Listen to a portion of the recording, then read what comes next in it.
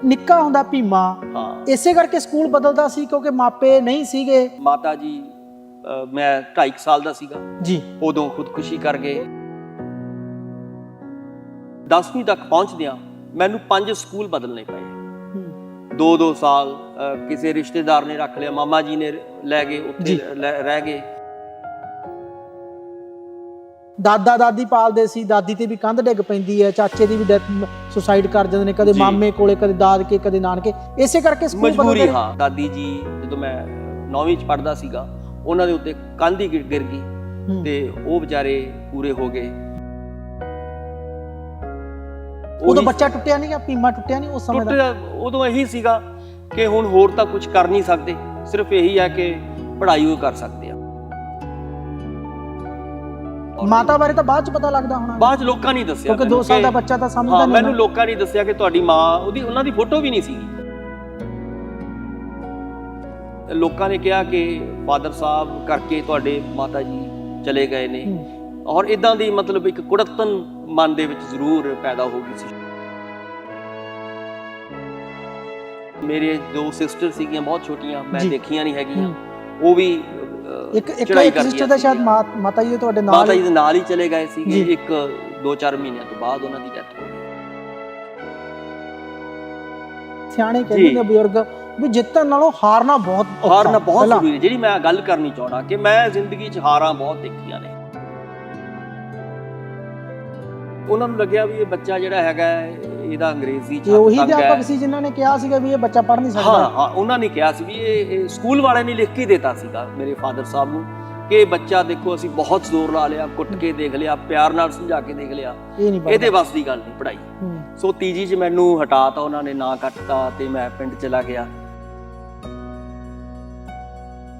ਜਿਹੜੀ ਪੋਸਟ ਤੇ ਉਹ ਛੱਡ ਕੇ ਆਏ ਸੀ, ਯਾਦਵਿੰਦਰਾ ਪਬਲਿਕ ਸਕੂਲ ਪਟਿਆਲੇ ਜੀ, ਮੈਨੂੰ ਉਸ ਮਤਲਬ ਤੀਜੀ ਤੇ ਫੇਲ ਹੋਣ ਤੋਂ ਬਾਅਦ ਲਗਭਗ 15 ਸਾਲਾਂ ਬਾਅਦ ਮੈਂ ਉਸੇ ਪੋਸਟ ਤੇ, ਉਹਨਾਂ ਦੀ ਪੋਸਟ ਤੇ ਜਾ ਕੇ ਲੱਗਿਆ, ਉਸੇ ਸਕੂਲ ਦੇ ਵਿੱਚ। ਪਿਤਾ ਜੀ ਤੁਹਾਡੇ ਸ਼ਾਇਦ ਤੁਹਾਨੂੰ ਕਿਸੇ ਜੌਬ ਤੇ ਚਪੜਾਸੀ ਵੀ ਤੁਹਾਨੂੰ ਰਖਾ ਕੇ? ਹਾਂ, ਮੈਨੂੰ ਇੱਕ ਵਾਰੀ ਉਹਨਾਂ ਨੇ ਕੋਸ਼ਿਸ਼ ਜ਼ਰੂਰ ਕੀਤੀ ਜਦੋਂ ਮੈਂ 9ਵੀਂ ਦੇ ਪੇਪਰ ਦਿੱਤੇ। ਦੁੱਧ ਢੋਇਆ ਸੰਗਰੂਰ ਦੇ ਵਿੱਚ, ਸਬਜ਼ੀ ਵੇਚੀ, ਔਰ ਲਾਂਗਰੀ 10ਵੀਂ ਚ ਜਦੋਂ ਐਗਜ਼ਾਮ ਦੇਣੇ ਸੀਗੇ ਉਦੋਂ ਲਾਂਗਰੀ ਰਿਹਾ, ਟਾਈਪ ਕਰਨ ਦਾ ਕੰਮ ਸ਼ੁਰੂ ਕੀਤਾ ਕਚਹਿਰੀਆਂ ਚ ਸੰਗਰੂਰ ਹੀ। ਮੇਰਾ ਬੱਚਾ ਸਰਕਾਰੀ ਚ ਪੜ੍ਹਦਾ, ਜੇ ਮੈਂ ਕਿਤੇ ਰਿਸ਼ਤੇਦਾਰੀ ਜਾ ਕੇ ਗੱਲ ਕਰਦਾ ਸਰਕਾਰੀ ਚ ਪੜ੍ਹਦਾ ਤਾਂ ਪਹਿਲਾ ਡਾਇਲੋਗ ਤੇ ਐਕਸਪ੍ਰੈਸ਼ਨ ਇਹ ਹੁੰਦਾ, ਅੱਛਾ ਸਰਕਾਰੀ ਚ ਹੀ ਹੈ, ਬਿਲਕੁਲ, ਹੈਨਾ। ਜੇ ਤੁਸੀਂ ਜੌਬ ਸਰਕਾਰੀ ਤੇ ਹੋ ਤਾਂ ਅੱਛਾ ਸਰਕਾਰੀ ਤੇ ਹੋ, ਟੋਨ ਹੀ ਬਦਲ ਜਾਂਦੀ ਹੈ ਜੀ। 12ਵੀਂ 13ਵੀਂ ਕਿਤਾਬ ਸ਼ਾਇਦ ਤੁਸੀਂ ਮੈਂ ਰਿਕਸ਼ੇ ਵਾਲਿਆਂ ਕੋਲ ਜਾ ਕੇ ਰਿਲੀਜ਼ ਕਰੀ ਸੀ? ਬਿਲਕੁਲ, ਹਾਂ, ਕਿਉਂਕਿ ਮੈਨੂੰ ਇਹ ਲੱਗਦਾ ਵੀ ਜਿਹੜਾ ਕਿਰਤੀ ਹੈ ਉਹੀ ਰੱਬ ਹੈ ਸਾਡੇ ਲਈ। ਰਿਕਸ਼ਾ ਵੀ ਚਲਾਉਂਦੇ ਰਹੇ ਫਿਰ ਚੰਡੀਗੜ੍ਹ ਉੱਥੇ? ਫਿਰ ਹਾਂ, ਕਈ ਵਾਰੀ ਛੁੱਟੀਆਂ ਜਿਹੜੀ ਸਾਡੀ ਚੰਡੀਗੜ੍ਹ ਦੀ ਕਿਉਂਕਿ ਖਰਚਾ ਜ਼ਿਆਦਾ ਸੀਗਾ, ਜਿਵੇਂ ਮੰਨ ਲਓ ਗਰਮੀ ਦੀਆਂ 2 ਮਹੀਨਿਆਂ ਦੀ ਛੁੱਟੀਆਂ ਸੀਗੀਆਂ ਤਾਂ ਉਹਨਾਂ ਦਿਨਾਂ 'ਚ ਫਿਰ ਮੈਨੂੰ ਰਿਕਸ਼ਾ ਚਲਾ ਕੇ ਫਿਰ ਕੰਮ ਚਲਾਉਣਾ ਪੈਂਦਾ ਸੀ। ਇਹ ਲੱਗਦਾ ਤੁਹਾਨੂੰ ਮਤਲਬ ਇਸ ਤੇ ਅਮਲ ਕਰ ਪਾ ਰਹੇ ਨੇ ਆਪਣੇ ਲੋਕ? ਜੇ ਇਹੀ ਗੱਲ ਸ਼ਹੀਦ ਆਜ਼ਮ ਭਗਤ ਸਿੰਘ ਸੋਚ ਲਾਂਦੇ ਕਿ ਮੇਰੇ ਇਕੱਲੇ ਦੇ ਮਰਨ ਨਾਲ ਜਾਂ ਸਾਡੇ ਤਿੰਨਾਂ ਦੇ ਮਰਨ ਨਾਲ ਕਿਹੜਾ ਕੋਈ ਕ੍ਰਾਂਤੀ ਆ ਜਾਏਗੀ ਜੀ, ਇਹ ਉਹਨਾਂ ਨੇ ਸੋਚਿਆ ਔਰ ਹੌਲੀ ਦੇਸ਼ ਆਜ਼ਾਦ ਵੀ ਹੋਇਆ। ਬਹੁਤੇ ਕਹਿੰਦੇ ਨਹੀਂ ਜੀ ਅਸੀਂ ਤਾਂ ਇਹਨੂੰ ਮੰਨਦੇ ਨਹੀਂ, ਸ਼ਹੀਦੀ ਨਹੀਂ ਮੰਨਦੇਗੇ। ਸਿੱਖ ਵਰਸਸ ਕਾਮਰੇਡ ਬਣਾ ਕੇ ਪੇਸ਼ ਕਰ ਦਿੱਤਾ ਜਾਂਦਾ।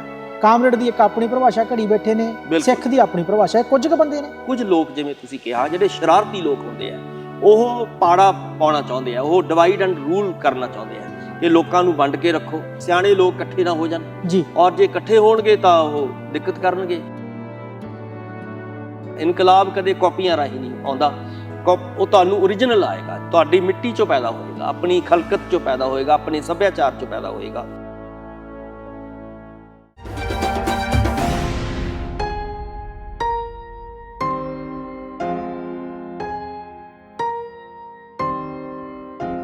ਕਮਾਲ ਦੇ ਬੰਦੇ ਪ੍ਰੋਗਰਾਮ ਤੁਸੀਂ ਦੇਖ ਰਹੇ ਹੋ। ਕਮਾਲ ਦੇ ਬੰਦੇ, ਮੈਂ ਆ ਹੈਪੀ ਭਗਤਾ ਤੇ ਕੈਮਰਾਮੈਨ ਮੇਰੇ ਨਾਲ ਨੇ ਮਲਕੀਤ ਸਿੰਘ। ਅਕਸਰ ਤੁਹਾਨੂੰ ਇਸ ਪ੍ਰੋਗਰਾਮ ਤਹਿਤ ਕਮਾਲ ਦੇ ਬੰਦੇ ਮਿਲਾਉਣੇ ਆ ਜਿਨ੍ਹਾਂ ਨੇ ਜ਼ਿੰਦਗੀ ਦੇ ਵਿੱਚ ਬਹੁਤ ਕੁਝ ਹਾਸਲ ਕੀਤਾ ਹੁੰਦਾ ਹੈ ਤੇ ਦੁਨੀਆ ਤੋਂ ਹਟ ਕੇ ਕੁਝ ਵੱਖਰਾ ਕੀਤਾ ਹੁੰਦਾ ਹੈ। ਅੱਜ ਅਜਿਹਾ ਕਮਾਲ ਦਾ ਬੰਦਾ ਤੁਹਾਡੇ ਅੱਗੇ ਲੈ ਕੇ ਆਵਾਂਗੇ ਜਿਸ ਨੇ ਜ਼ਿੰਦਗੀ 'ਚ ਬਹੁਤ ਸਾਰੀਆਂ ਘਟਨਾਵਾਂ ਨੂੰ ਫੇਸ ਕੀਤਾ, ਉਸ ਦੇ ਸਾਹਮਣੇ ਸਨਮੁਖ ਹੋਈਆਂ, ਪਰ ਉਹਨਾਂ ਘਟਨਾਵਾਂ ਤੋਂ ਨਹੀਂ ਡਰਿਆ, ਜਿਸ ਕਰਕੇ ਉਹਨਾਂ ਨੇ ਕਦੇ ਲਿਖਿਆ ਸੀ ਅਖਬਾਰ ਦੇ ਵਿੱਚ ਕਿ ਮੈਂ ਖੁਦਕੁਸ਼ੀ ਨਹੀਂ ਕਰਾਂਗਾ। ਤੇ ਅੱਜ ਉਹ ਕਮਾਲ ਦਾ ਬੰਦਾ ਪੰਜਾਬੀ ਯੂਨੀਵਰਸਿਟੀ ਪਟਿਆਲਾ ਦੇ ਵਿੱਚ ਡਾਕਟਰ ਨੇ। ਕੌਣ ਨੇ ਉਹ ਡਾਕਟਰ ਜਿਸ ਨੇ ਜ਼ਿੰਦਗੀ ਦੇ ਵਿੱਚ ਸਬਜ਼ੀ ਵੀ ਵੇਚੀ, ਲਾਂਗਰੀ ਵੀ ਲੱਗਿਆ ਤੇ ਹੋਰ ਬਹੁਤ ਸਾਰੇ ਕੰਮ ਆਪਣੀ ਜ਼ਿੰਦਗੀ ਨੂੰ ਅੱਗੇ ਚਲਾਉਣ ਲਈ ਕੀਤੇ। ਅੱਜ ਕਰਾਂਗੇ ਉਸ ਕਮਾਲ ਦੇ ਬੰਦੇ ਨਾਲ ਗੱਲਾਂ ਬਾਤਾਂ, ਕਿਉਂਕਿ ਉਹ ਬੰਦਾ ਕੁਦਰਤ ਦੇ ਬਹੁਤ ਨੇੜੇ ਹੈ।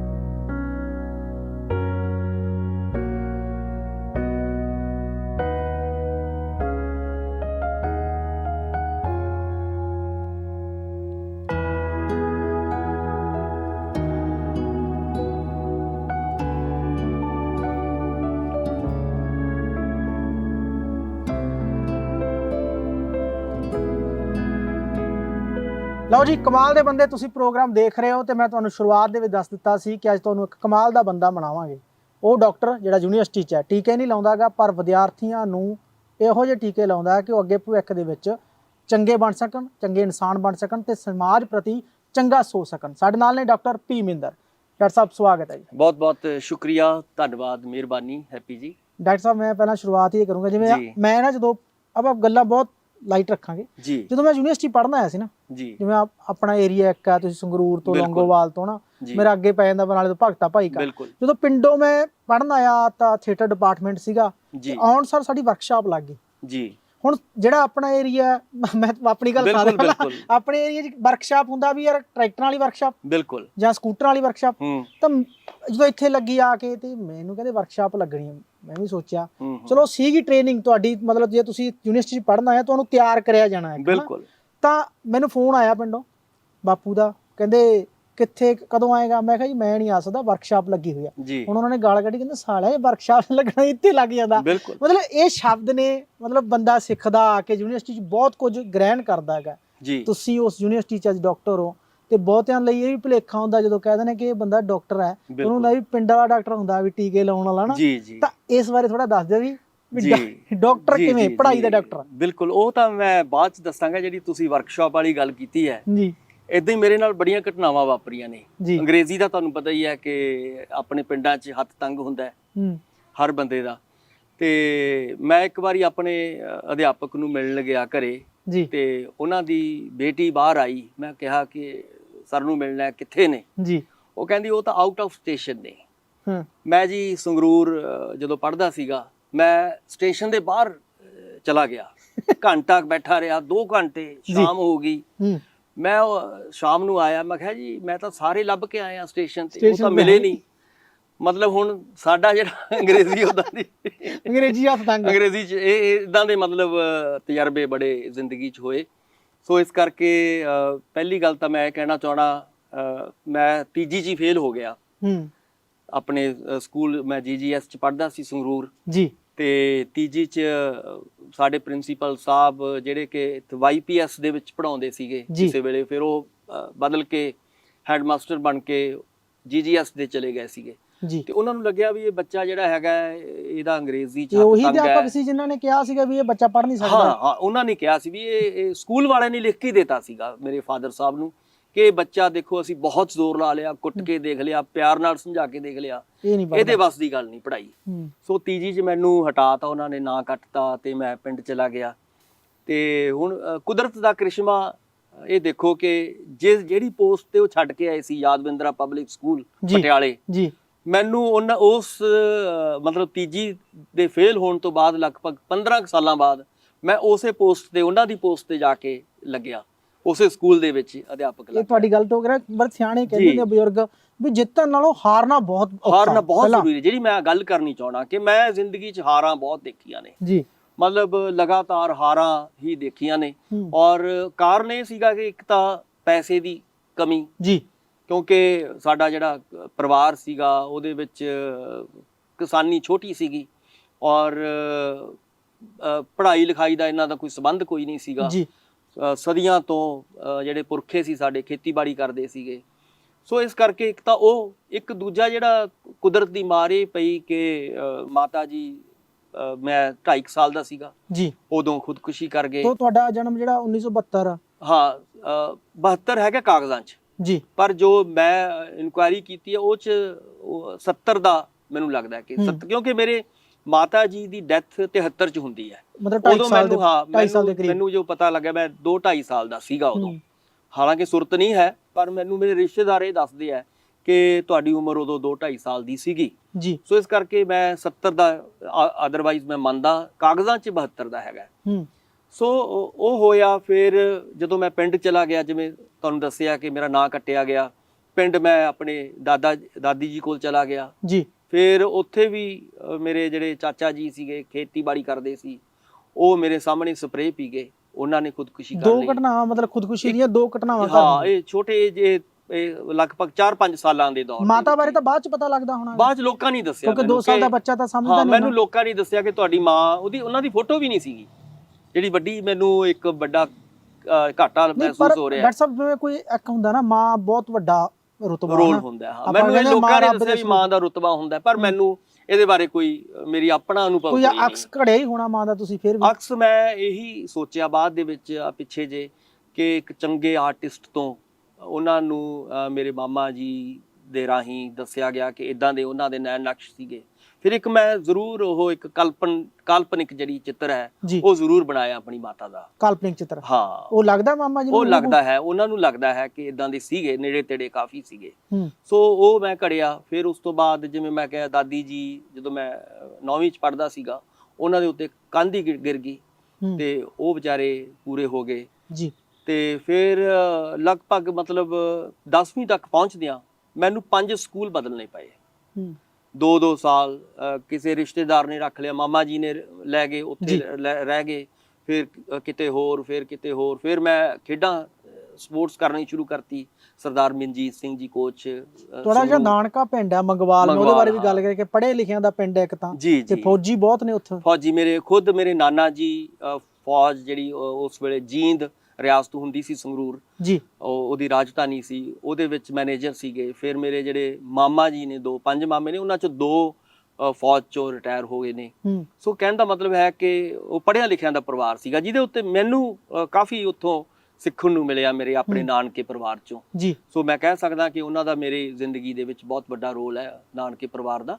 ਹਾਲਾਂਕਿ ਮੇਰੇ ਦਾਦਾ ਦਾਦੀ ਜੀ ਦਾ ਵੀ ਬਹੁਤ ਵੱਡਾ ਰੋਲ ਹੈ ਜੀ, ਪਰ ਮੈਂ ਕਹਾਂ ਕਿ ਬਰਾਬਰ ਦਾ ਰੋਲ ਜਿਹੜਾ ਹੈਗਾ ਉਹ ਦੋਵਾਂ ਨਾਨਕੇ ਦਾ ਔਰ ਦਾਦਕੇ ਦਾ ਰਿਹਾ ਮੇਰੀ ਜ਼ਿੰਦਗੀ ਦੇ। ਪਿਤਾ ਜੀ ਮੰਨਫੀ ਰਹੇ ਇਸ ਚੀਜ਼ 'ਚ? ਪਿਤਾ ਜੀ ਬਹੁਤ ਜ਼ਿਆਦਾ ਮੰਨਫੀ ਰਹੇ, ਕਿਉਂਕਿ ਮੇਰੀ ਜਦੋਂ ਵੀ ਸੁਰਤ ਸੰਭਲੀ ਉਦੋਂ ਲੋਕਾਂ ਨੇ ਕਿਹਾ ਕਿ ਫਾਦਰ ਸਾਹਿਬ ਕਰਕੇ ਤੁਹਾਡੇ ਮਾਤਾ ਜੀ ਚਲੇ ਗਏ ਨੇ, ਔਰ ਇਦਾਂ ਦੀ ਮਤਲਬ ਇੱਕ ਕੁੜੱਤਨ ਮਨ ਦੇ ਵਿੱਚ ਜ਼ਰੂਰ ਪੈਦਾ ਹੋ ਗਈ ਸੀ ਸ਼ੁਰੂ ਤੋਂ। ਕਿਉਂਕਿ ਮੇਰੇ ਜੋ ਸਿਸਟਰ ਸੀਗੀਆਂ ਬਹੁਤ ਛੋਟੀਆਂ, ਮੈਂ ਦੇਖੀਆਂ ਨਹੀਂ ਹੈਗੀਆਂ, ਉਹ ਵੀ ਚੜਾਈ ਕਰ ਸਿਸਟਰ ਦਾ ਸ਼ਾਇਦ ਮਾਤਾ ਜੀ ਦੇ ਤੁਹਾਡੇ ਨਾਲ ਹੀ ਚਲੇ ਗਏ ਸੀਗੇ। 1-2-4 ਮਹੀਨਿਆਂ ਤੋਂ ਬਾਅਦ ਉਹਨਾਂ ਦੀ ਡੈਥ ਹੋ ਗਈ। ਸੋ ਕਹਿਣ ਦਾ ਮਤਲਬ ਹੈ ਕਿ ਇਹ ਸਾਰੀਆਂ ਚੀਜ਼ਾਂ ਨਾਲ ਚੱਲਦੀਆਂ ਰਹੀਆਂ। ਡਾਕਟਰ ਸਾਹਿਬ ਜਿਵੇਂ ਅੱਜ ਤੁਹਾਡਾ ਨਾਮ ਡਾਕਟਰ ਭੀਮਿੰਦਰ ਸਿੰਘ ਹੈ, ਬਚਪਨ ਦਾ ਨਾਮ ਕੁਝ ਹੋਰ ਹੋਊਗਾ ਜੀ, ਉਹ ਨਾਮ ਮੈਨੂੰ ਦੱਸੋਗੇ ਕੀ ਹੁੰਦਾ ਜੀ ਬਚਪਨ ਦਾ? ਮੈਨੂੰ ਤਾਂ ਭੀਮਾ ਹੀ ਕਹਿੰਦੇ ਸੀ। ਭੀਮਾ ਕਹਿੰਦੇ ਸੀ?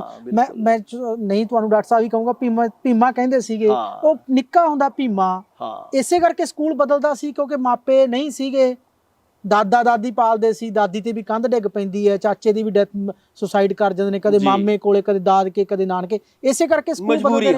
ਮਜਬੂਰੀ ਆ ਦਾ, ਜਿਵੇਂ ਕਹਿੰਦੇ ਮਜਬੂਰੀ ਦਾ ਨਾਮ ਮਹਾਤਮਾ ਗਾਂਧੀ। ਉਦੋਂ ਬੱਚਾ ਟੁੱਟਿਆ ਨਹੀਂ, ਭੀਮਾ ਟੁੱਟਿਆ ਨਹੀਂ ਉਸ ਸਮੇਂ ਦਾ? ਉਦੋਂ ਇਹੀ ਸੀਗਾ ਕਿ ਹੁਣ ਹੋਰ ਤਾਂ ਕੁਝ ਕਰ ਨਹੀਂ ਸਕਦੇ, ਸਿਰਫ ਇਹੀ ਹੈ ਕਿ ਪੜ੍ਹਾਈ ਉਹ ਕਰ ਸਕਦੇ ਆ, ਹੋਰ ਕੋਈ ਜਿਵੇਂ ਬਹੁਤ ਸਾਰੇ, ਜਿਵੇਂ ਮੈਂ ਕਹਿਣਾ ਹੁੰਦਾ ਅਕਸਰ ਕਿ ਮੇਰੀ ਹੁਣ 26ਵੀਂ ਜੌਬ ਹੈ ਇੱਥੇ ਜੀ, ਤੇ ਉਹਦੇ ਵਿੱਚ ਜੌਬਸ ਕੀਤੀਆਂ ਨਾਲ ਬਹੁਤ ਸਾਰੀਆਂ, ਜਿਵੇਂ ਦੁੱਧ ਟੋਇਆ ਸੰਗਰੂਰ ਦੇ ਵਿੱਚ, ਸਬਜ਼ੀ ਵੇਚੀ, ਔਰ ਲਾਂਗਰੀ 10ਵੀਂ ਚ ਜਦੋਂ ਐਗਜ਼ਾਮ ਦੇਣੇ ਸੀਗੇ ਉਦੋਂ ਲਾਂਗਰੀ ਰਿਹਾ, ਟਾਈਪ ਕਰਨ ਦਾ ਕੰਮ ਸ਼ੁਰੂ ਕੀਤਾ ਕਚਹਿਰੀਆਂ ਚ ਸੰਗਰੂਰ ਹੀ ਜੀ। ਸੋ ਬਹੁਤ ਸਾਰੀਆਂ ਯਾਦਾਂ ਸੰਗਰੂਰ ਨਾਲ, ਮੰਗਵਾਲ ਨਾਲ, ਲੌਂਗੋਵਾਲ ਨਾਲ ਜੁੜੀਆਂ ਹੋਈਆਂ ਨੇ ਸੰਘਰਸ਼ ਦੀਆਂ।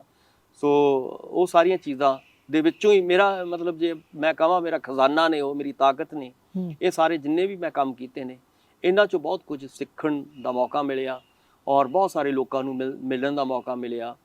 ਸਪੋਰਟਸ ਦੇ ਵਿੱਚ ਲਗਭਗ 5 ਨੈਸ਼ਨਲ ਤੇ 5 ਯੂਨੀਵਰਸਿਟੀਆਂ ਤੇ ਪੰਜਾਬ ਯੂਨੀਵਰਸਿਟੀ ਕਿਉਂ ਜੁਆਇਨ ਕੀਤੀ ਸੀ, ਮੈਨੂੰ ਪਤਾ, ਦੇਖਣ ਵਾਲਿਆਂ ਨੂੰ ਦੱਸ ਦਿਓ। ਹਾਂ, ਉਹ ਇਸ ਲਈ ਕਿਉਂਕਿ ਉਦੋਂ ਕਿਹਾ ਗਿਆ ਕਿ ਤੁਹਾਨੂੰ ਰੋਟੀ ਫ੍ਰੀ ਹੋ ਜਾਏਗੀ ਤੁਹਾਡੀ, ਕਿ ਤੁਹਾਨੂੰ ਉੱਥੇ ਰੋਟੀ ਮਿਲਣੀ ਹੈ, ਰਹਿائش ਮਿਲੂਗੀ, ਵਰਦੀ ਮਿਲ ਜਾਣੀ ਹੈ, ਕੱਪੜੇ ਜਿਹੜਾ ਆਪਾਂ ਕਿੱਟ ਕਹਿੰਦੇ ਆ, ਸ਼ੂਜ਼ ਮਿਲ ਜਾਣੇ ਆ, ਬੂਟ ਮਿਲ ਜਾਣੇ। ਇਸ ਕਰਕੇ 2-3 ਚੀਜ਼ਾਂ ਮੈਨੂੰ ਨਾਲ ਕਰਨੀਆਂ ਪਈਆਂ। ਇੱਕ ਤਾਂ NCC ਉਹ ਲਈ ਜੀ, ਤਾਂ ਕਿ ਉੱਥੇ ਹਫ਼ਤੇ 'ਚ 2 ਦਿਨ ਜਦੋਂ ਪਰੇਡ ਹੁੰਦੀ ਸੀਗੀ ਸਾਡੀ ਤਾਂ ਫਰੂਟ ਤੇ ਦੁੱਧ ਮਿਲਦਾ ਸੀਗਾ।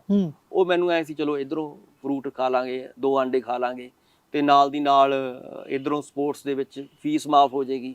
ਸੋ ਇਹ ਸਾਰੀਆਂ ਚੀਜ਼ਾਂ ਮਜਬੂਰੀ ਚੋਂ ਨਿਕਲ ਕੇ ਸਾਹਮਣੇ ਆਈਆਂ। ਕੋਈ ਮੈਨੂੰ ਸ਼ੌਕ ਨਹੀਂ ਸੀ ਕਿ ਮੈਂ ਕੋਈ ਬਹੁਤ ਕੁਝ ਕਰਨਾ ਚਾਹੁੰਦਾ ਸੀ, ਪਰ ਮਜਬੂਰੀ ਨੇ ਸਾਰੀਆਂ ਚੀਜ਼ਾਂ ਕਰਵਾਤੀਆਂ। ਮਤਲਬ ਇਹ ਕਦੇ ਸੋਚਿਆ ਨਹੀਂਗਾ ਵੀ ਆਹ ਕਰਨਾ ਹੈਗਾ? ਜਿਵੇਂ ਜ਼ਿੰਦਗੀ ਚੱਲਦੀ, ਜਿਵੇਂ ਜ਼ਿੰਦਗੀ ਵਹਾ, ਜਿਵੇਂ ਦਰਿਆ ਵਗਦਾ, ਆਪਣਾ ਰਸਤਾ ਆਪ ਤਿਆਰ ਕਰਦਾ, ਉਹ ਵੀ ਚੱਲਦਾ ਰਿਹਾ। ਜਿਵੇਂ ਪਿਤਾ ਜੀ ਤੁਹਾਡੇ ਸ਼ਾਇਦ ਤੁਹਾਨੂੰ ਕਿਸੇ ਜੌਬ ਤੇ ਚਪੜਾਸੀ ਵੀ ਤੁਹਾਨੂੰ ਰਖਾ ਕੇ? ਹਾਂ, ਮੈਨੂੰ ਇੱਕ ਵਾਰੀ ਉਹਨਾਂ ਨੇ ਕੋਸ਼ਿਸ਼ ਜ਼ਰੂਰ ਕੀਤੀ ਜਦੋਂ ਮੈਂ 9ਵੀਂ ਦੇ ਪੇਪਰ ਦਿੱਤੇ ਤੇ ਉਹਨਾਂ ਨੂੰ ਲੱਗਿਆ ਵੀ ਹਜੇ ਇਹ 2-3 ਮਹੀਨੇ ਹੈਗੇ ਨੇ, ਤਾਂ ਉਹਨਾਂ ਨੇ ਮੈਨੂੰ ਉੱਥੇ ਜ਼ਰੂਰ ਬਰਨਾਲੇ ਕੈਂਚੀਆਂ ਦੇ ਵਿੱਚ ਜਿਹੜੀ ਉੱਥੇ ਨਾ ਇੱਕ ਹੈਗਾ ਇੱਕ ਸਰਕਾਰੀ ਆਫਿਸ ਹੁੰਦਾ ਸੀਗਾ, ਹੁਣ ਸ਼ਾਇਦ ਨਾ ਹੋਵੇ, ਤਾਂ ਉੱਥੇ ਮੈਨੂੰ ਉਹਨਾਂ ਨੇ ਐਜ਼ ਏ ਪੀਐਨ ਦੇ ਤੌਰ ਤੇ ਕਹਿੰਦੇ ਸੀ ਤੈਨੂੰ ਇੱਥੇ ਚਲੋ 2-4 ਮਹੀਨੇ ਲਾ ਲੈ, ਤੇਰਾ ਖਰਚਾ ਨਿਕਲ ਆਏਗਾ। ਸੋ ਉਹਨਾਂ ਨੇ ਸਿਫਾਰਿਸ਼ ਜ਼ਰੂਰ ਉਸ ਵੇਲੇ ਕੀਤੀ ਸੀ। ਅੱਛਾ, ਇੱਕ ਮੈਨੂੰ ਡੈਫੀਨੇਸ਼ਨ, ਮਤਲਬ ਕਿਰਤ ਕੀ ਹੈ, ਕੰਮ ਕੀ ਹੈ? ਲੋਕ ਛੋਟਾ ਵੱਡਾ ਸੋਚਦੇ ਆ ਵੀ ਇਹ ਛੋਟਾ ਕੰਮ ਆ। ਜੇ ਮੈਂ ਵੀ ਕਹਿ ਦਿੱਤਾ ਚਪੜਾਸੀ ਲੱਗੇ ਸੀ, ਹੁਣ ਜੇ ਆਪਾਂ ਕਹੀਏ ਬੰਦਾ ਚਪੜਾਸੀ ਲੱਗਿਆ, ਸਾਡੇ ਜ਼ਿਹਨ 'ਚ ਉਹਦੀ ਆਉਂਦਾ ਚਪੜਾਸੀ ਹੈ। ਜਾਂ ਆਪਾਂ ਕਹਿ ਦਿੰਦੇ ਹਾਂ ਜਿਵੇਂ ਹੁਣ ਆਪਣੇ ਆਮ ਘਰਾਂ 'ਚ ਹੈ, ਜਦੋਂ ਦੇ ਕਨਵੈਂਟ ਸਕੂਲ ਆਏ ਆ, ਲੋਕ ਲੱਗਣਾ ਤਾਂ ਸਰਕਾਰੀ ਜੌਬ ਤੇ ਚਾਹੁੰਦੇ ਆ, ਬੱਚਾ ਪ੍ਰਾਈਵੇਟ ਪੜਾਉਣਾ ਚਾਹੁੰਦੇ ਆ। ਜੇ ਆਪਾਂ ਘਰੇ, ਹੁਣ ਜੇ ਮੇਰਾ ਬੱਚਾ ਸਰਕਾਰੀ 'ਚ ਪੜ੍ਹਦਾ, ਜੇ ਮੈਂ ਕਿਤੇ ਰਿਸ਼ਤੇਦਾਰੀ ਜਾ ਕੇ ਗੱਲ ਕਰਦਾ ਸਰਕਾਰੀ 'ਚ ਪੜ੍ਹਦਾ, ਤਾਂ ਪਹਿਲਾ ਡਾਇਲੋਗ ਤੇ ਐਕਸਪ੍ਰੈਸ਼ਨ ਇਹ ਹੁੰਦਾ, ਅੱਛਾ ਸਰਕਾਰੀ 'ਚ ਹੀ ਹੈ, ਹੈਨਾ। ਜੇ ਤੁਸੀਂ ਜੌਬ ਸਰਕਾਰੀ ਤੇ ਹੋ ਤਾਂ ਅੱਛਾ ਸਰਕਾਰੀ ਤੇ ਹੋ, ਟੋਨ ਹੀ ਬਦਲ ਜਾਂਦੀ ਹੈ ਜੀ। ਕੰਮ ਕੀ ਹੈ, ਕੰਮ ਦੀ ਪਰਿਭਾਸ਼ਾ? ਕੰਮ ਦੇਖੋ, ਇੱਕ ਤਾਂ ਕੰਮ ਦੀ ਪਰਿਭਾਸ਼ਾ ਸਾਡੇ ਕਲਚਰ ਦੇ ਵਿੱਚ ਪਈ ਹੈ, ਸਾਡੇ ਧਰਮ 'ਚ ਪਈ ਹੈ। ਬਾਬੇ ਨਾਨਕ ਨੇ ਕਿਰਤ ਕਰੋ ਤੇ ਨਾਮ ਜਪੋ ਤੇ ਵੰਡ ਛਕੋ, ਇੱਕ ਤਾਂ ਉਹ ਹੈਗੀ ਹੈ ਸਾਡੇ ਕੋਲ ਕਿਰਤ ਕਰਨ ਦੀ। ਦੂਜੀ ਗੱਲ ਜਿਹੜੀ ਤੁਸੀਂ ਮਤਲਬ ਚਪੜਾਸੀ ਜਾਂ ਹੋਰ ਇਦਾਂ ਦੀਆਂ ਜੌਬਸ ਦੀ ਗੱਲ ਕੀਤੀ ਹੈ, ਉਹ ਇਹੀ ਹੈ ਕਿ ਚਪੜਾਸੀ ਨਾਲੋਂ ਵੀ ਥੱਲੜੀ ਜੌਬ ਲਾਂਗਰੀ ਦੀ ਸੀਗੀ। ਉਹ ਉਸ ਤੋਂ ਵੀ ਜਿਹੜੀ ਕਿ ਮੈਨੂੰ ਲੱਗਦਾ ਹੈ ਕਿ ਬਹੁਤ ਔਖਾ ਕੰਮ ਸੀਗਾ। 25 ਬੰਦਿਆਂ ਦੀ ਰੋਟੀ, ਮੈਂ ਜਦੋਂ 10ਵੀਂ ਦੇ ਪੇਪਰ ਦਿੱਤੇ ਉਦੋਂ 25 ਸਾਡੇ ਜਿਹੜੇ ਉਸ ਵੇਲੇ ਉੱਥੇ ਰਹਿੰਦੇ ਸੀ ਹੋਮਗਾਰਡ ਦੇ ਵਿੱਚ ਲੋਕ, ਉਹਨਾਂ ਦੀ ਰੋਟੀ ਤਿਆਰ ਕਰਨੀ ਹੁੰਦੀ ਸੀ ਸਵੇਰੇ, ਸ਼ਾਮ ਤੇ ਦੁਪਹਿਰੇ।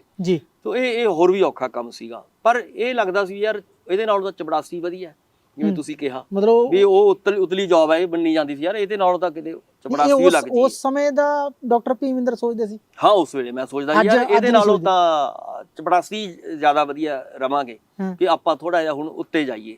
ਸੋ ਉਹ ਜੌਬ ਲੱਭਣ ਦੀ ਕੋਸ਼ਿਸ਼ ਕੀਤੀ।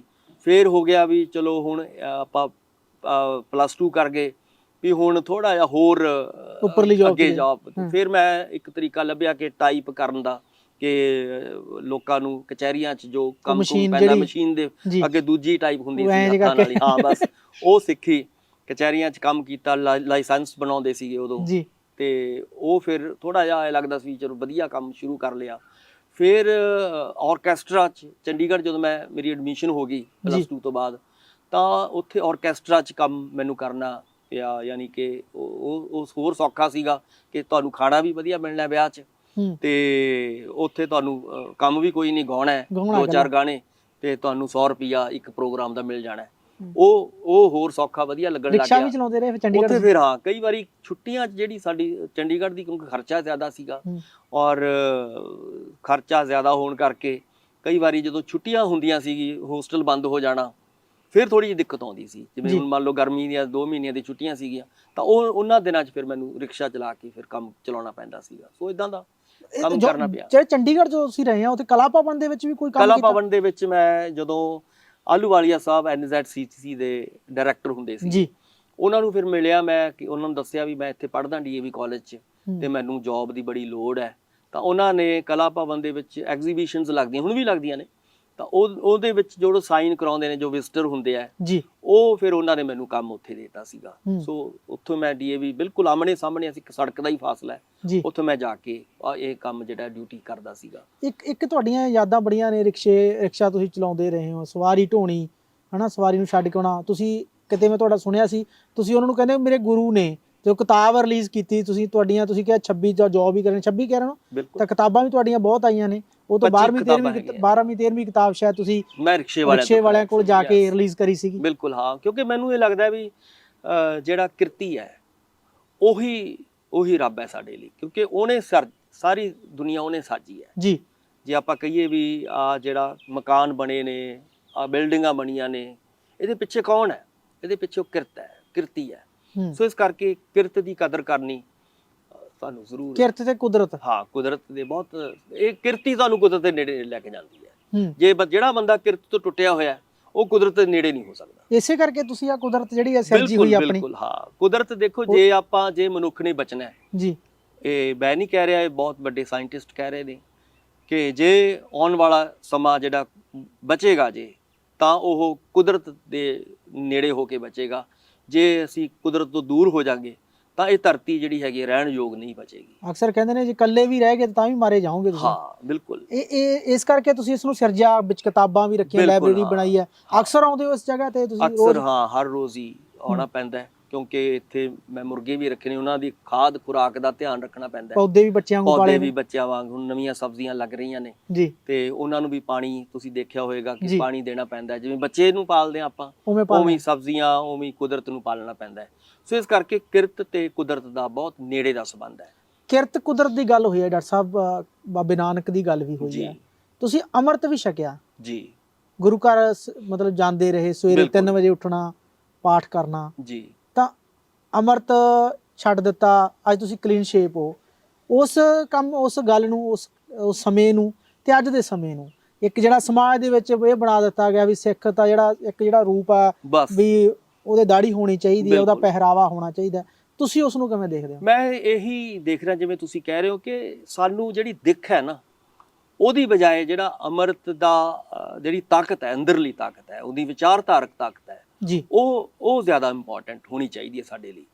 ਕਿਉਂਕਿ ਗੁਰੂ ਸਾਹਿਬ ਦੀ ਲੜਾਈ, ਗੁਰੂ ਨਾਨਕ ਸਾਹਿਬ ਤੋਂ ਲੈ ਕੇ ਗੁਰੂ ਗੋਬਿੰਦ ਸਿੰਘ ਜੀ ਤੱਕ, ਉਹਨਾਂ ਦੀ ਲੜਾਈ ਬੇਸਿਕਲੀ ਇਹੀ ਸੀ ਕਿ ਭਾਈ ਆ ਜਿਹੜੇ ਜਨੇਊ ਦਾ ਦਿਖਾਵਾ ਹੈ, ਜਿਹੜਾ ਅਸੀਂ ਪਹਿਰਾਵੇ ਦਾ ਦਿਖਾਵਾ ਕਰਦੇ ਹੋ, ਜਾਂ ਹੋਰ ਜਿਹੜਾ ਇਦਾਂ ਦਾ ਜਾਤ ਪਾਤ ਦਾ ਦਿਖਾਵਾ ਹੈ, ਇਹਦੀ ਬਜਾਏ ਜਿਹੜਾ ਅਸਲੀ ਇਨਸਾਨ ਹੋਣਾ ਹੈ, ਉਹ ਤੁਹਾਨੂੰ ਜਿਹੜਾ ਅੰਦਰਲੀ ਤੁਹਾਡੀ ਤਾਕਤ ਹੈ, ਉਹ ਇਹੀ ਹੈ ਕਿ ਤੁਸੀਂ ਇੱਕ ਚੰਗੇ ਇਨਸਾਨ ਕਿਵੇਂ ਬਣਨਾ ਜੀ, ਇੱਕ ਚੰਗੇ ਸਮਾਜ ਨੂੰ ਕਿਵੇਂ ਸਿਰਜਣਾ ਹੈ। ਐਕਚੁਅਲੀ ਗੁਰੂ ਨਾਨਕ ਸਾਹਿਬ ਤੋਂ ਲੈ ਕੇ ਗੁਰੂ ਗੋਬਿੰਦ ਸਿੰਘ ਜੀ ਦਾ ਜੋ ਫਲਸਫਾ ਹੈ, ਉਹ ਬੇਸਿਕਲੀ ਇਹੀ ਹੈ ਕਿ ਚੰਗੇ ਸਮਾਜ ਦੀ ਸਿਰਜਣਾ, ਬਰਾਬਰੀ ਵਾਲੇ ਸਮਾਜ ਦੀ ਸਿਰਜਣਾ, ਧਰਮਾਂ ਤੋਂ, ਜਾਤਾਂ ਤੋਂ ਜਾਂ ਹੋਰ ਊਚ ਨੀਚ, ਗਰੀਬੀ ਅਮੀਰੀ ਤੋਂ ਉੱਪਰ ਉੱਠ ਕੇ ਇੱਕ ਬਰਾਬਰੀ ਵਾਲਾ ਜਿਹੜਾ ਸਮਾਜ ਸਿਰਜਣ ਦਾ ਜਿਹੜੇ ਘੋਲ ਹੈ, ਜਿਹੜਾ ਸੰਘਰਸ਼ ਹੈ, ਉਹੀ ਅਸਲੀ ਤੁਹਾਨੂੰ ਮਨੁੱਖ ਬਣਾ ਸਕਦਾ ਹੈ। ਸੋ ਮੈਂ ਉਧਰ ਆਪਣਾ ਜ਼ਿਆਦਾ ਜਿਹੜਾ ਕਨਸੈਂਟਰੇਸ਼ਨ, ਆਪਣਾ ਧਿਆਨ ਕੇਂਦਰਿਤ ਕੀਤਾ।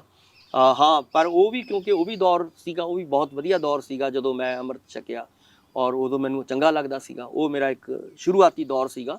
ਪਰ ਹੌਲੀ ਹੌਲੀ ਮੈਨੂੰ ਲੱਗਿਆ ਕਿ ਗੁਰਬਾਣੀ ਨੂੰ, ਜਿਵੇਂ ਕਹਿੰਦੇ ਨੇ, ਖੋਜ ਸ਼ਬਦ ਮੈਂ ਲਏ, ਕਿ ਸ਼ਬਦ ਦੇ ਵਿੱਚ ਸ਼ਬਦਾਂ ਨੂੰ ਪੜ੍ਹਨਾ ਕਿਵੇਂ ਹੈ, ਸ਼ਬਦਾਂ ਨੂੰ ਪਛਾਣਨਾ ਕਿਵੇਂ ਹੈ, ਸ਼ਬਦਾਂ ਨੂੰ ਸਮਝਣਾ ਕਿਵੇਂ ਹੈ, ਉਹਦੇ ਉੱਤੇ ਜ਼ਿਆਦਾ ਮੇਰਾ ਫੋਕਸ ਹੋਣਾ ਸ਼ੁਰੂ ਹੋਇਆ ਬਾਅਦ ਦੇ ਵਿੱਚ ਜੀ। ਇਹ ਮਤਲਬ ਸ਼ਬਦ ਦੇ ਵਿੱਚ ਕੀ ਹੈ, ਸ਼ਬਦ ਦੇ ਪਿੱਛੇ ਕੀ ਹੈ, ਇਹ ਸਮਝਣਾ। ਹਾਂ, ਇਹ ਜਿਹੜੀ ਫਿਲਾਸਫੀ ਹੈ, ਵਿਚਾਰਧਾਰਾ ਜਿਹੜੀ ਹੈਗੀ ਹੈ ਸ਼ਬਦ ਦੀ, ਉਹਨੂੰ ਕਿਵੇਂ ਤੁਸੀਂ ਸਮਾਜ ਦੀ ਵਿਚਾਰਧਾਰਾ ਬਣਾ ਕੇ, ਲੋਕਾਂ ਦੀ ਵਿਚਾਰਧਾਰਾ ਬਣਾ ਕੇ ਤੁਸੀਂ ਉਸ ਸਮਾਜ ਨੂੰ ਬਦਲਣਾ ਕਿਵੇਂ ਹੈ, ਜੋ ਗੁਰੂ ਨਾਨਕ ਸਾਹਿਬ ਦਾ ਔਰ ਗੁਰੂ ਗੋਬਿੰਦ ਸਿੰਘ ਜੀ ਦਾ ਫਲਸਫਾ ਹੈ ਕਿ ਤੁਸੀਂ ਸਮਾਜ ਦੇ ਵਿੱਚ ਜਿਹੜੀਆਂ ਵੰਡੀਆਂ ਪਾਈਆਂ ਨੇ, ਉਹਨਾਂ ਵੰਡੀਆਂ ਨੂੰ ਘੱਟ ਕਰਨਾ ਹੈ, ਔਰ ਹੌਲੀ ਹੌਲੀ ਤੁਸੀਂ ਸਮਾਜ ਨੂੰ ਜਿਹੜਾ ਹੈਗਾ ਇੱਕ ਬੇਗਮਪੁਰਾ ਸ਼ਹਿਰ ਕਨਾਓ, ਭਾਈ ਜਿਹੜਾ ਗੁਰੂ ਰਵਿਦਾਸ ਜੀ, ਇਹ ਜਿਹੜਾ ਇੱਕ ਸੁਪਨਾ ਹੈ ਗੁਰਬਾਣੀ ਦਾ, ਸਾਡੇ ਗੁਰੂ ਸਾਹਿਬਾਨ ਦਾ ਵੀ, ਉਹ ਸੁਪਨੇ ਨੂੰ ਕਿਵੇਂ ਪੂਰਾ ਕਰਨਾ ਹੈ, ਉਹ ਅਸਲੀ ਜਿਹੜੀ ਹੈਗੀ ਹੈ ਉਹ ਪੜ੍ਹਾਈ। ਇਹ ਲੱਗਦਾ ਤੁਹਾਨੂੰ ਮਤਲਬ ਇਸ ਤੇ ਅਮਲ ਕਰ ਪਾ ਰਹੇ ਨੇ ਆਪਣੇ ਲੋਕ?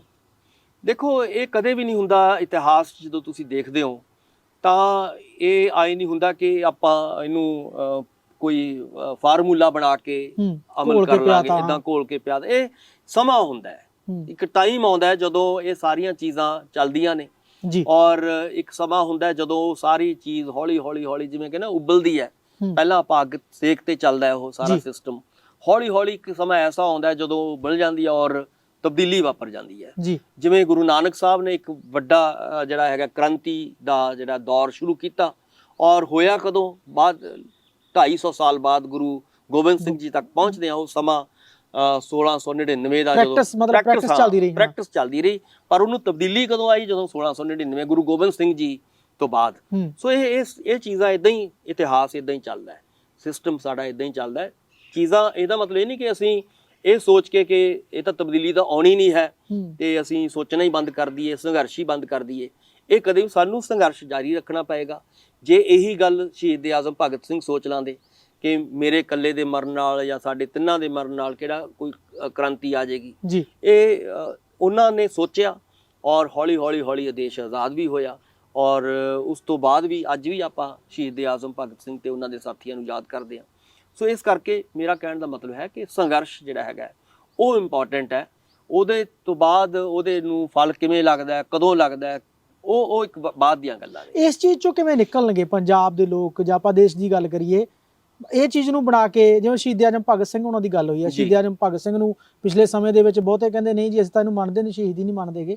ਸਿੱਖ ਵਰਸਸ ਕਾਮਰੇਡ ਬਣਾ ਕੇ ਪੇਸ਼ ਕਰ ਦਿੱਤਾ ਜਾਂਦਾ ਹੈ। ਕਾਮਰੇਡ ਦੀ ਇੱਕ ਆਪਣੀ ਪਰਿਭਾਸ਼ਾ ਘੜੀ ਬੈਠੇ ਨੇ, ਸਿੱਖ ਦੀ ਆਪਣੀ ਪਰਿਭਾਸ਼ਾ। ਕੁਝ ਕੁ ਬੰਦੇ ਨੇ, ਦੇਖੋ ਮੈਨੂੰ ਕਦੇ ਵੀ ਕਾਮਰੇਡ ਜਾਂ ਜਿਹੜੇ ਸਿੱਖ ਨੇ ਉਹ ਵੱਖਰਾ ਨਹੀਂ ਲੱਗਿਆ। ਬਿਲਕੁਲ। ਕਿਰਤ, ਜਿਵੇਂ ਆਪਾਂ ਪਹਿਲਾਂ ਗੱਲ ਕੀਤੀ ਹੈ, ਸਮਾਜਵਾਦ ਵੀ ਮਾਰਕਸ ਵੀ ਕਿਰਤ ਦੀ ਗੱਲ ਕਰਦਾ ਹੈ, ਠੀਕ ਹੈ ਨਾ, ਕਿਰਤੀਆਂ ਨੂੰ ਆਜ਼ਾਦ ਕਰਾਉਣ ਦੀ ਗੱਲ ਕਰਦਾ ਹੈ। ਗੁਰੂ ਨਾਨਕ ਸਾਹਿਬ ਦਾ ਫਲਸਫਾ ਵੀ ਕਿਰਤੀਆਂ ਨੂੰ ਉੱਪਰ ਚੁੱਕਣ ਦੀ ਗੱਲ ਕਰਦਾ ਹੈ। ਸੋ ਕਹਿਣ ਦਾ ਮਤਲਬ ਹੈ ਕਿ ਕੁਝ ਲੋਕ, ਜਿਵੇਂ ਤੁਸੀਂ ਕਿਹਾ, ਜਿਹੜੇ ਸ਼ਰਾਰਤੀ ਲੋਕ ਹੁੰਦੇ ਆ, ਉਹ ਪਾੜਾ ਪਾਉਣਾ ਚਾਹੁੰਦੇ ਆ, ਉਹ ਡਿਵਾਈਡ ਐਂਡ ਰੂਲ ਕਰਨਾ ਚਾਹੁੰਦੇ ਆ ਕਿ ਲੋਕਾਂ ਨੂੰ ਵੰਡ ਕੇ ਰੱਖੋ ਤਾਂ ਕਿ ਸਿਆਣੇ ਲੋਕ ਇਕੱਠੇ ਨਾ ਹੋ ਜਾਣ, ਔਰ ਜੇ ਇਕੱਠੇ ਹੋਣਗੇ ਤਾਂ ਉਹ ਦਿੱਕਤ ਕਰਨਗੇ।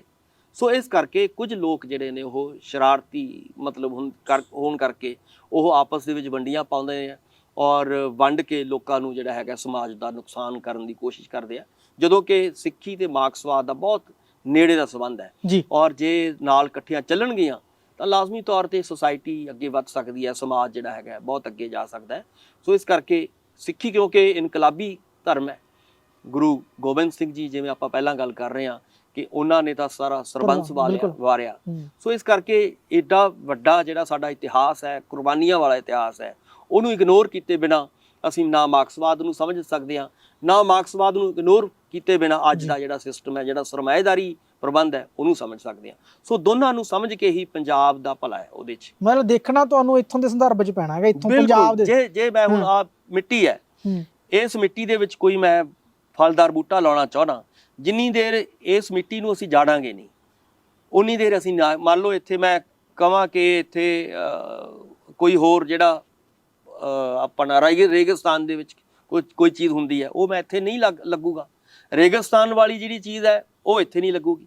ਸੋ ਇੱਥੋਂ ਦਾ ਬੂਟਾ ਇੱਥੋਂ ਵਿੱਚ ਹੀ ਲੱਗਣਾ ਹੈ। ਇਹਦਾ ਮਤਲਬ ਹੈ ਕਿ ਸਾਨੂੰ ਇਸ ਸਿਸਟਮ ਨੂੰ ਸਮਝ ਕੇ ਹੀ ਉਹਦੇ ਹਾਣ ਦਾ, ਇਸ ਮਿੱਟੀ ਦੇ ਹਾਣ ਦਾ ਬੂਟਾ ਜਿਹੜਾ ਹੈਗਾ ਉਹ ਲੱਗੇਗਾ। ਸਾਡਾ ਜਿਹੜਾ ਦੇਸੀ, ਇਸ ਲਈ ਆਪਾਂ ਕਹਿੰਦੇ ਆ ਕਿ ਦੇਸੀ ਜਿਹੜੀ ਚੀਜ਼ਾਂ ਨੇ ਉਹ ਇੰਪੋਰਟੈਂਟ ਹੁੰਦੀਆਂ ਨੇ। ਇਹ ਨਹੀਂ ਕਿ ਬਾਹਰੋਂ ਕੋਈ ਚੀਜ਼ਾਂ ਲਿਆ ਕੇ ਇੱਥੋਂ ਥੋਪੀਆਂ ਜਾਣਗੀਆਂ, ਜਿਹੜੀਆਂ ਕਿ ਸਾਡੀਆਂ ਗਲਤੀਆਂ ਹੋਈਆਂ ਨੇ। ਕਾਮਰੇਡ ਜਿਹੜੇ ਸਾਡੇ ਸਾਥੀ ਨੇ, ਉਹੀ ਵੱਡੀ ਗਲਤੀ ਇਹ ਕਿ ਚਾਹੇ ਰੂਸ ਵਾਲਾ ਜਿਹੜਾ ਹੈਗਾ ਕਿ ਉਹਦੀ ਕਾਪੀ ਕਰ ਲਓ, ਚੀਨ ਦੀ ਕਾਪੀ ਕਰ ਲਓ, ਕਿਊਬਾ ਦੀ ਕਾਪੀ ਕਰ ਲਓ, ਜਾਂ ਕਿਸੇ ਹੋਰ ਮੁਲਕ ਦੀ ਕਾਪੀ ਕਰ ਲਓ। ਕਾਪੀ ਨਹੀਂ, ਕਦੇ ਵੀ ਨਹੀਂ ਹੁੰਦਾ। ਇਨਕਲਾਬ ਕਦੇ ਕਾਪੀਆਂ ਰਾਹੀਂ ਨਹੀਂ ਆਉਂਦਾ। ਉਹ ਤੁਹਾਨੂੰ ਓਰੀਜਨਲ ਆਏਗਾ, ਤੁਹਾਡੀ ਮਿੱਟੀ ਚੋਂ ਪੈਦਾ ਹੋਏਗਾ, ਆਪਣੀ ਖਲਕਤ ਚੋਂ ਪੈਦਾ ਹੋਏਗਾ, ਆਪਣੇ ਸੱਭਿਆਚਾਰ ਚੋਂ ਪੈਦਾ ਹੋਏਗਾ। ਸੋ ਸਾਨੂੰ ਉਹ ਸੱਭਿਆਚਾਰ ਨੂੰ ਸਮਝਣਾ ਪਏਗਾ, ਮਿੱਟੀ ਨੂੰ ਸਮਝਣਾ ਪਏਗਾ ਔਰ ਉਹ ਖਸਲਤ ਨੂੰ ਸਮਝਣਾ ਪਏਗਾ, ਤਾਂ ਹੀ ਕੁਝ ਨਵਾਂ ਬਦਲਾਅ ਆ ਸਕਦਾ ਹੈ। ਜੀ ਸ਼ੁਕਰੀਆ ਡਾਕਟਰ ਸਾਹਿਬ। ਮੇਰਾ ਦਿਲ ਕਰਦਾ ਹੈ ਕਿ ਹੋਰ ਗੱਲਾਂ ਸੁਣਦੇ ਰਹੀਏ, ਪਰ ਕੋਸ਼ਿਸ਼ ਰਹੇਗੀ ਕਿ ਅੱਗੇ ਵੀ ਤੁਹਾਨੂੰ ਮਿਲਦੇ ਰਹੀਏ। ਬਹੁਤ ਬਹੁਤ ਧੰਨਵਾਦ ਤੁਹਾਡਾ, ਮਿਹਰਬਾਨੀ, ਸ਼ੁਕਰੀਆ। ਲਓ ਜੀ, ਇਹ ਸਨ ਡਾਕਟਰ ਭੀਮਿੰਦਰ, ਜਿਨ੍ਹਾਂ ਦੀ ਜ਼ਿੰਦਗੀ ਦੀ ਕਹਾਣੀ ਤੁਸੀਂ ਸੁਣੀ। ਅਕਸਰ ਤੁਹਾਨੂੰ ਇਹਨਾਂ ਨਾਲ ਮਿਲਾਉਂਦੇ ਰਹਾਂਗੇ, ਇਹਨਾਂ ਦੀਆਂ ਗੱਲਾਂ ਬਾਤਾਂ ਸੁਣਾਉਂਦੇ ਰਹਾਂਗੇ। ਇਹਨਾਂ ਨੇ ਇੱਕ ਆਰਟੀਕਲ ਵੀ ਲਿਖਿਆ ਸੀ, ਤੁਸੀਂ ਗੂਗਲ ਕਰੋਗੇ, ਕਿ ਮੈਂ ਖੁਦਕੁਸ਼ੀ ਨਹੀਂ ਕਰਦਾ। ਕਦੇ ਕਿਸੇ ਦੋਸਤ ਨੇ ਕਿਹਾ ਸੀ ਕਿ ਇਹ ਜਿੰਨੇ ਪਹਾੜ ਤੇਰੇ ਤੇ ਡਿੱਗੇ ਨੇ, ਜਿੰਨੀਆਂ ਕੰਧਾਂ ਤੇਰੇ ਤੇ ਡਿੱਗੀਆਂ ਨੇ, ਮੈਂ ਤੇਰੀ ਥਾਂ ਤੇ ਹੁੰਦਾ ਤਾਂ ਖੁਦਕੁਸ਼ੀ ਕਰ ਲੈਂਦਾ। ਉਹ ਆਰਟੀਕਲ ਵੀ ਜ਼ਰੂਰ ਪੜ੍ਹਿਓ ਤੇ ਇਹਨਾਂ ਦੀ ਜ਼ਿੰਦਗੀ ਨੂੰ ਸੁਣਿਓ ਤੇ ਪਰਖਿਓ। ਅੱਗੇ ਜਾ ਕੇ ਵੀ ਲੋਕਾਂ ਨੂੰ ਦੱਸਿਓ ਕਿ ਅਸੀਂ ਇਸ ਤਰ੍ਹਾਂ ਦੇ ਇਨਸਾਨ ਬਣਨਾ ਹੈ, ਮਿਹਨਤ ਕਰਨੀ ਹੈ, ਨਾ ਕਿ ਖੁਦਕੁਸ਼ੀਆਂ ਕਰਨੀਆਂ। ਕੈਮਰਾਮੈਨ ਮਲਕੀਤ ਸਿੰਘ ਦੇ ਨਾਲ ਹੈਪੀ ਭਗਤਾ, ਕਮਾਲ ਦੇ ਬੰਦੇ।